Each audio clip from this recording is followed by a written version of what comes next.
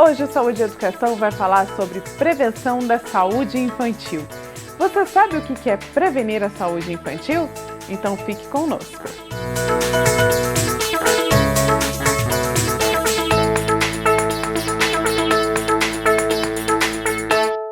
E o Saúde e Educação de hoje vai falar sobre a prevenção da saúde infantil. E para bater um papo com a gente aqui no estúdio, eu recebo a doutora Ana Luísa Grillo, médica pediatra, e a pedagoga a professora Simone Gonçalves. Sejam bem-vindas. Muito obrigada. Boa noite. Boa noite. E para começar, doutora, por que a gente fala tão pouco da prevenção da saúde infantil?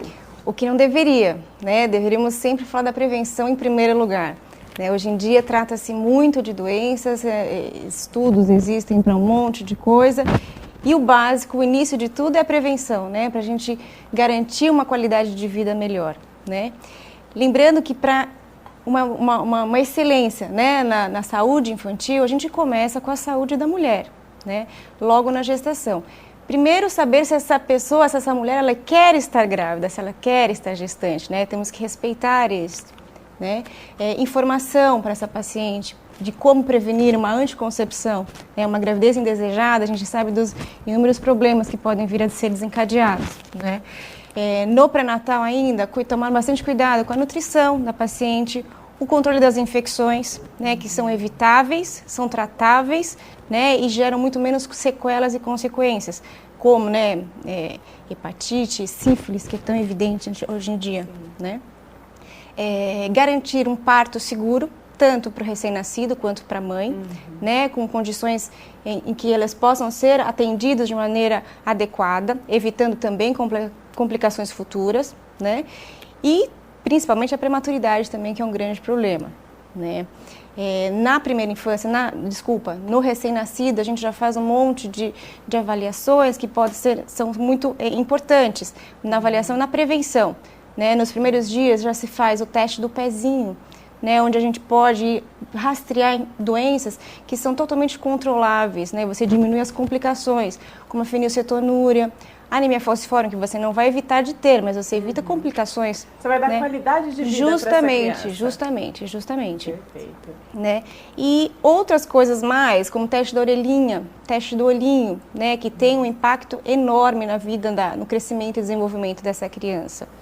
Com certeza. E quando a gente fala de prevenção, professora, lá na escola, nos primeiros anos, como esse tema é trabalhado com as crianças? Então, é muito bacana porque nós temos duas formas de trabalhar. Primeiro, pelo conteúdo formal. Sim. O tema saúde, ele é conteúdo do currículo escolar, desde os bebês até as crianças mais velhas. Então, a prevenção de doenças e saúde já é um conteúdo do nosso currículo, graças a Deus. Mas, além de trabalhar formalmente, nós também temos o trabalho informal que a escola faz. Saímos do parque, vamos lavar a mão antes de tomar o lanche, coloca a mão na boca antes de tossir, cuidado para não espirrar no rosto do amigo, não coce o olho com a mão suja. Então, os bebês que começam com o banho lá na creche, que já vão aprendendo a terem cuidado com a higiene, com a saúde do corpinho. Então, o trabalho com a saúde na escola, ele acontece tanto de forma formal, por meio dos livros didáticos, das apostilas, do material que a gente recebe, mas também, como a gente tem esse contato com muitas crianças ao mesmo tempo, nós também fazemos esse trabalho informalmente. Vamos tomar mais água hoje? Está muito quente, precisamos abrir as janelas, está frio, mas não podemos ficar aqui dentro. Então, são conversas que vão acontecendo e que essas crianças vão se apropriando do trabalho de prevenção.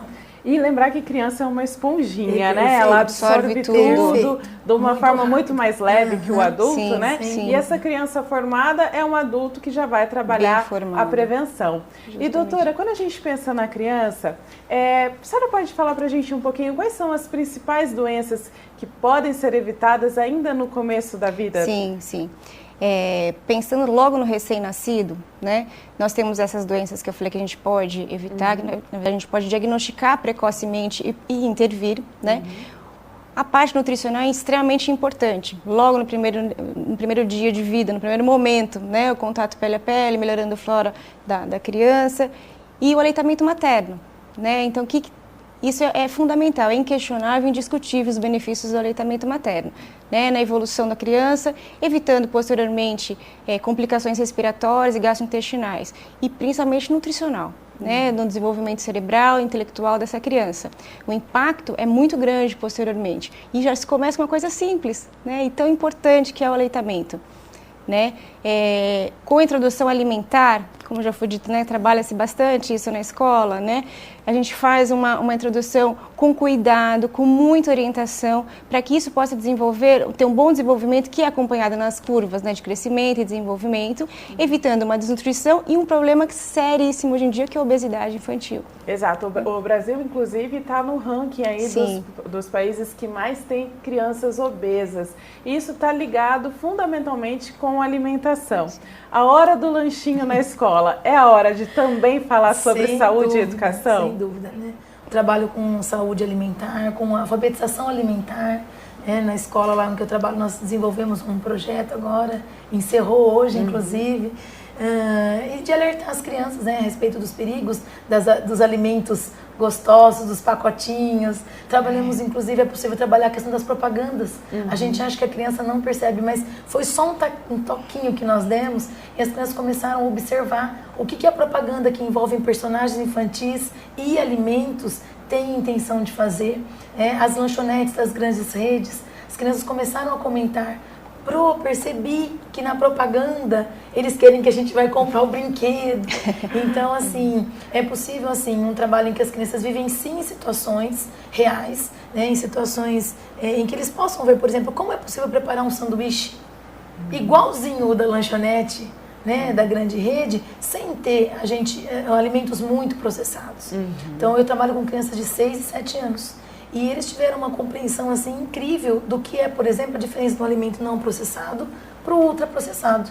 Eu achei que era um conceito que a gente não ia conseguir chegar, mas chegamos assim de forma muito rápida porque nós vivenciamos. Não foi só trabalho com livro didático, né? Então, na hora do lanchinho, vamos sentar, vamos ver o que estamos comendo, vamos mastigar devagar, respire, não converse enquanto come, olha para a comida, olha o que você está pondo no prato. Temos outra opção? O que mais pode ser comido além disso? O pacotinho pode ser trocado por outra coisa, o quê? Então, visitar uma horta, conhecer uma agricultura familiar, conhecer o produto direto, né, que pode vir para a mesa sem ter outros processos. Então, é possível sim um trabalho de formação, não somente com o que está lá no livro didático. A gente tem que sair um pouquinho da informação e passar para a formação. A criança ela precisa experienciar, Perfeito. né? Sim, é mais fácil dela assimilar quando ela sim. experiencia. E, doutora, isso tem muito a ver com a questão do alimento, né? Sim. Textura, cor, cheiro, sabor. A sensibilidade, né? Ela precisa ser exposta a isso, né? Então, assim, aquela que a gente sempre ouve no consultório, né? Meu filho não gosta, meu filho não come, né? Mas quantas vezes você ofereceu? Uma vez? 2 vezes, né? Então, assim, isso não pode ser considerado como não gostar. E esquece de oferecer novamente, de deixar... A gente tem que deixar a criança tocar o alimento, sentir. Vai sujar? Vai, faz parte, vai cair no chão. Isso tudo faz parte. Porque com essa experiência é que a criança tem vontade de sentir, de experimentar, né? Então, isso é muito importante. Deixa cair, deixa sujar, não tem problema. Lava, come de novo, né? Lógico, higiene, mas tem que deixar, né? Tem que deixar a criança testar tudo, né? E assim, e é muito importante isso que você está falando, né? Porque a prevenção da saúde na criança, ele é multidisciplinar, né? Não é só o médico, não é só o professor, é um conjunto todo, né? É o professor, é em casa, né? É o médico, é a fono, é a física, é todo o sistema, né? Todo mundo está envolvido diretamente nessa prevenção da saúde, né? E uma coisa que a gente se preocupa sempre, no que as crianças estão aprendendo, o que é que elas estão absorvendo, porque no futuro é aquele paciente diabético, é um paciente hipertenso, é um paciente cardíaco, né? Então, assim, por problemas que foram desencadeados por uma alimentação errada na primeira infância, e que né? Podia por orientação ser evitado, totalmente, não é mesmo? Totalmente. No próximo bloco, nós vamos falar um pouquinho mais sobre isso, dessas doenças que podem ser evitadas e também como lidar com as doenças na infância. Fique conosco.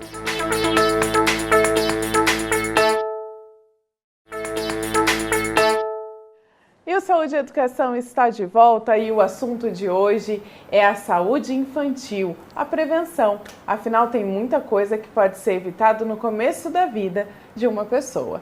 Para isso, eu estou conversando com a doutora Ana Luísa e a professora Simone. Doutora, pegando um ganchinho ali do bloco anterior que a gente falava das doenças, quais são as doenças mais comuns que os adultos desenvolvem, mas que o reflexo é da primeira infância? Diretamente relacionado com a primeira infância, principalmente a nutrição, levando a uma obesidade, né? Levando ao risco cardiovascular maior, hipertensão arterial e diabetes mellitus, né? O que a gente pode evitar é muita coisa. Existem as doenças não evitáveis, que são as congênitas, as hereditárias, né? E as que a gente consegue evitar. E aí está diretamente relacionado com a nutrição, né? E outras com o sistema de vacinação. Tem doenças que são desenvolvidas porque a criança não foi vacinada e isso acarreta um problema para sempre. E sim, com a simples prevenção da vacina, da imunização, né? O risco cardiovascular, hoje a gente sabe que a mortalidade pela doença cardiovascular é imensa no nosso país, né? E por causas evitáveis, né? E isso está diretamente relacionado à primeira infância. Alimentação, aleitamento materno, introdução do alimento, diminuição do açúcar, do sal, das guloseimas, né? Dos pacotinhos. O desafio, né? Para qualquer pai e mãe, não é? Justamente. Professora, Exatamente. E na escola, como trabalhar a questão da doença na escola? Porque como a doutora estava falando, tem algumas doenças que a criança já nasce, né? E outras que ela acaba desenvolvendo ali no começo da vida. Essa criança que já é portadora de alguma doença, como trabalhar, alinhar ela junto às demais crianças? A gente consegue observar na escola algumas tendências, algumas princípios de doenças, não que a gente saiba diagnosticar de forma alguma, mas a gente consegue observar, por exemplo, uma criança que tem um desempenho diferente da outra, tanto desempenho cognitivo como desempenho no desenvolvimento motor. A gente consegue observar criança que se cansa mais, que tem mais fadiga, ou criança que não aceita comida, que não aceita uma alimentação diferente. Então, isso a escola consegue observar, até pela relação, e a gente tem outros para comparar. Às vezes a gente conversa com a família, né? Olha, mas em casa o pai fala assim, não, mas aqui em casa ele tá assim, ele faz essa... Pai, mas aqui a gente tem outros. Então, a gente tem outros como referência. E isso faz com que o professor, com que a equipe escolar consiga observar algumas questões na criança. E o trabalho é diretamente com eles. O trabalho é de conversa, é de diálogo, é de experimentação, vivências. Então, é um bate-papo com um profissional. As crianças amam quando a gente leva para a escola um profissional especialista, um médico, um pediatra, uma nutricionista, um chefe de cozinha, que vai conversar, que vai contar para eles sobre como é a profissão e o que pode ser feito para ajudá-los. O trabalho com livros, leitura de diferentes materiais também podem oferecer. Os jogos, também nós temos hoje jogos que vão trabalhar a questão da saúde, a prevenção de doenças. Existem várias formas de abordar isso com as crianças e eles são bastante suscetíveis. São crianças que eles recebem, aceitam e que conseguem, inclusive, levar depois para a família. Porque a criança ela é muito curiosa, né? Ela é muito aberta, né? Isso é muito bom, né? Porque consegue levar para dentro de casa também, né? O que eles a não têm, a criança acaba levando. Sim, é uma fonte de educação, formação, né? Os pais depois vêm comentar com a gente, professora, não quer mais comer tal coisa. Professora, comprou pra gente tal coisa. Isso é excelente. O papel da escola é fundamental, né? Agora nós vamos às ruas para saber o que as pessoas querem perguntar aqui para as nossas especialistas sobre o tema saúde infantil.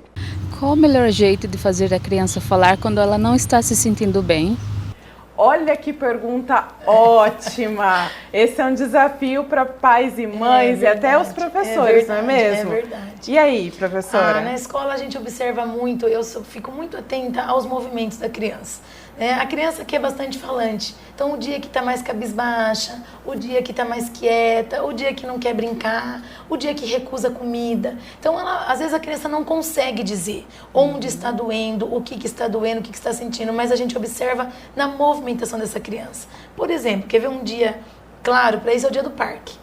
Aquele dia que é tão esperado, aquela hora tão esperada. Uma criança que naquele horário diz eu não tô afim, eu não quero brincar, ou fica sentada, a gente pode ir verificar que tem alguma coisa.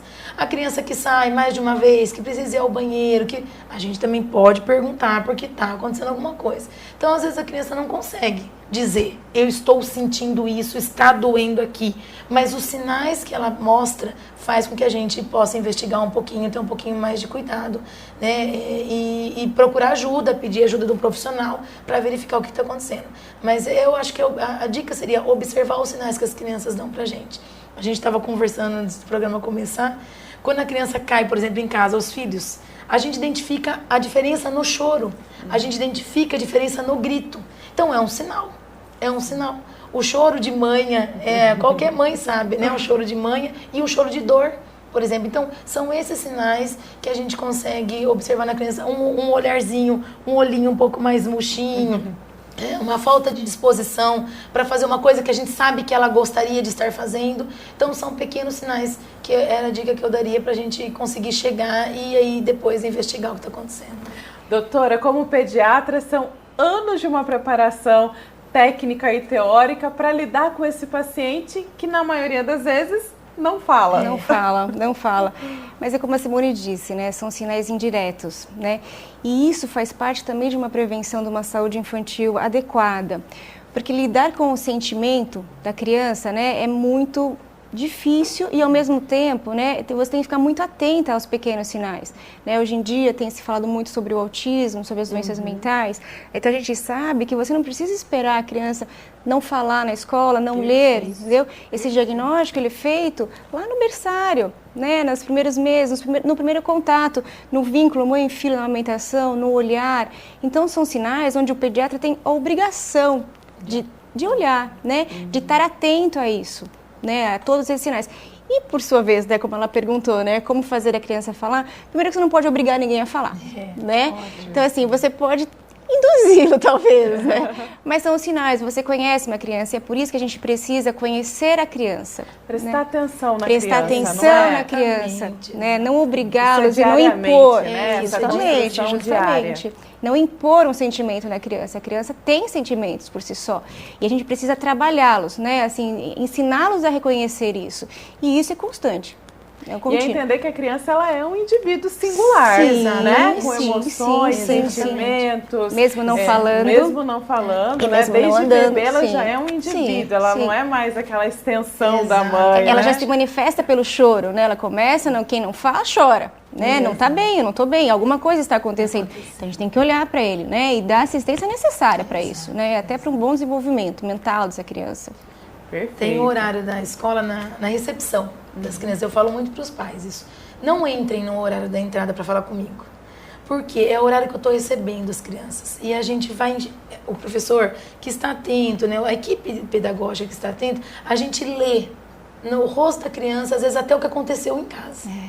Entendeu? Então eu falo assim, não falem comigo a hora que eu estou chegando, esperem um horarinho, esperem eu acalmar. Tempo dela, né? Porque eu estou recebendo as crianças, eu estou vendo como eles estão entrando e geralmente é o horário que eu preciso às vezes tirar uma criança da sala, perguntar o que aconteceu, né? Dizer o que está se passando, o que está doendo, o que está acontecendo, o que aconteceu em casa, porque a criança transmite. É o horário da conexão, né? É aquele primeiro momento que você está se conectando com o olhar, com o abraço, com o toque. Foi o que você falou, a gente tem que estar atento. Se a criança está chegando, eu estou arrumando armário, eu estou recebendo o pai na porta, eu estou pegando mochila, eu vou perder isso. Ela sabe que ela não é importante. Exatamente, eu vou perder isso. A qualidade do relacionamento, Exatamente. E olha só, essa conversa aqui tá muito boa, continua no próximo bloco. Você fique com a gente, que o Saúde e Educação volta já.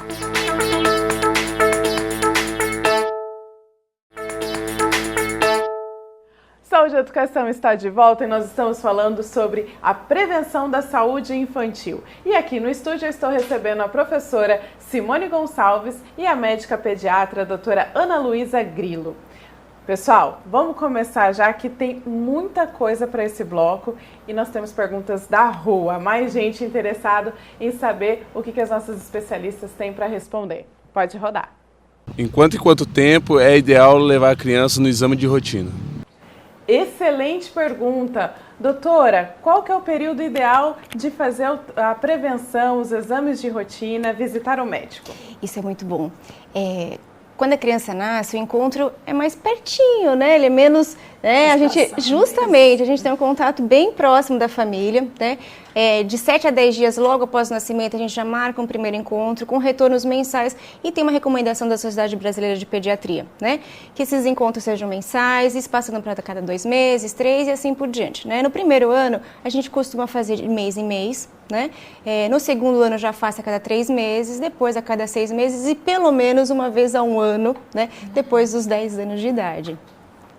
Exames. Existe um mito, né? Quem nunca ouviu de uma avó, né? Assim, se não tratar essa anemia, vira uma leucemia. Tenho que cuidar da minha anemia, como é que vou fazer?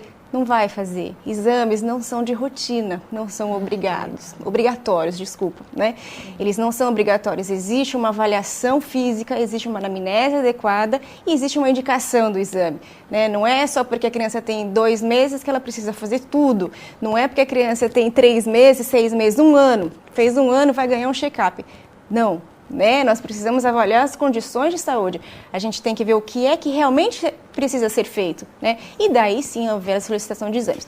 Lógico que existem casos, né? E aí faz parte a anamnese, que a gente sabe de uma doença familiar, que pode ser que esteja acontecendo, de uma suspeita clínica, mas é como eu falei, uma anamnese e um exame físico bem feito. Aí é que surge um exame complementar, então isso não é obrigatório. E lembrando que essa prevenção, essa visita ao médico, ela acontece, ela é contemplada no Sistema Único de Saúde. Então, cada cidade tem a sua dinâmica, tem o seu processo. Basta você se informar que você tem um médico pediatra para atender a criança dentro de todo esse período, como a doutora falou aqui, que é tão importante. Sim. E professora, vamos falar dessas crianças, então, no processo de lidar com a doença. Como tratar de doença com a criança? Bom, a doença precisa de informação e formação, né? Então, sempre tem uma criança que está afastada por causa de uma gripe, está afastada por causa de uma apendicite. É muito normal de vez em quando a criança sair às pressas da escola e quando chega a notícia que foi operada às pressas da apêndice. Então, a gente pode conversar isso com as crianças. Olha, o amigo não foi vir para a escola durante 20 dias. Por que será? O que aconteceu? Então, mostrar, né, trabalhar com eles, que órgão é esse, onde foi o probleminha, não que a gente tenha formação, mas a gente pode procurar, como eu já tinha dito, né, um especialista que possa ajudar essa criança. E o que fazer para prevenir algumas coisas? Olha, um amigo ficou gripado. O que nós podemos fazer, então, para que outros amigos aqui também não fiquem gripados? A conjuntivite, que é uma doença também que quando um pega na sala, passa umas semanas, o piolho. Né, certo? O piolho também é um problema sério que a gente tem dentro da sala de aula, que com frequência a escola faz campanhas para alertar os pais sobre a questão da prevenção e dos cuidados com o piolho. A outra também é a catapora. A catapora, quando começa com um, você já pode esperar que são depois outros em seguida. Então, vamos abrir as janelas, vamos manter a porta aberta. Mas por quê? Eles perguntam. Então, aí vem o trabalho de informação, né? O trabalho de por que precisa o ar estar, a sala estar arejada, o local estar limpo, as mãos sempre lavadas, as unhinhas sempre limpas, porque tudo isso vai ajudar na prevenção para que outros amigos não fiquem doentes também. E é ruim ficar doente?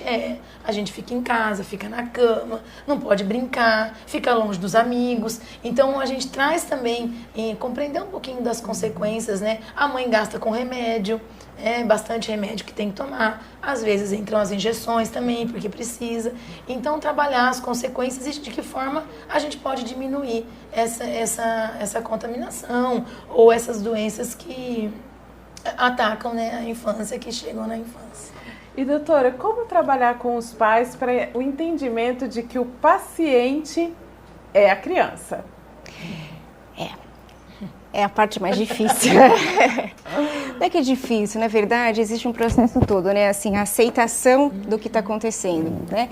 A partir do momento em que ele aceita a patologia, ele aceita, né, o que está a real função, a patologia existente ali no momento, a coisa torna-se mais fácil, né? Então, você precisa querer primeiro ouvir, né? Você precisa entender o que é, e aí você aceita, a coisa flui mais fácil. Acho que muito importante isso na parte que a Simone falou, né? As doenças agudas, as doenças infecciosas, mas existem aqueles pacientes com doenças crônicas, não curáveis, né? E que precisam ser tratadas igual. E elas precisam entender que elas não são diferentes, elas têm um trabalho a mais, né? Sim. Mas elas fazem parte, né? Então isso é importante ser trabalhado, principalmente com a família, né? No caso de um diabetes, né? A criança que é insulino dependente, ela tem uma medicação para ser usada, ela não é diferente, ela tem que tomar cuidado com a alimentação, assim como todo mundo tem que tomar cuidado, né? Então não é ela que é diferente, é especial. Não, realmente, ela tem um trabalho a mais a ser feito aí, né? Uma observação do outro. E a família precisa entender isso. Né, que e existe agir com naturalidade, justamente, né? Porque a coisa flui mais fácil, acontece naturalmente, né? E aí o sistema todo ajuda, a escola ajuda, médico ajuda, família ajuda, a criança vai bem, né? Hoje a gente sabe que a gente tem muitos casos de trauma, né? Então assim, tem crianças que não andam, tem crianças que não têm, e as doenças congênitas e por aí vai fora, né? Então assim, só que elas são inseridas, elas têm que ser levadas, né, consideradas como uma criança que vai ter as mesmas vontades das outras crianças, que tem os mesmos desejos, né, tem os mesmos sonhos e precisam ser tratadas adequadamente. E é o que você falou, a família ela precisa entender que existe uma limitação, né, porém que ela pode fazer tudo, né, e isso torna-se assim, a partir do momento que a família aceita, a coisa vai mais fácil. Ou seja, saúde não é assunto só de gente grande. E eu acho que com a criança é mais fácil, viu, doutora? Você tem um papel mais difícil que o meu, eu acho. Porque a gente tem as situações de inclusão. Sim. E as crianças lidam com a inclusão, de uma forma maravilhosa. As crianças, elas são abertas, elas né? São. Elas então, são. A gente tem, por exemplo, na escola, uma criança com uma intolerância à lactose gravíssima. E os amigos lidam com tanta naturalidade. Eles são solidários. São parceiros. Né? Temos os autistas, as crianças com problema de locomoção. E as crianças, quando a gente vê, assim, já estão fazendo, estão pegando na mão, estão trabalhando junto. Não tem um preconceito, né? Não, exatamente. Então, eu acho que com a criança, a gente ainda tem um privilégio, né? De trabalhar com essa criança que é aberta a tudo, né? Muito obrigada pela presença de vocês. A gente podia aqui ficar horas falando sobre esse tema e com certeza vai render mais um Saúde e Educação. Muito obrigada.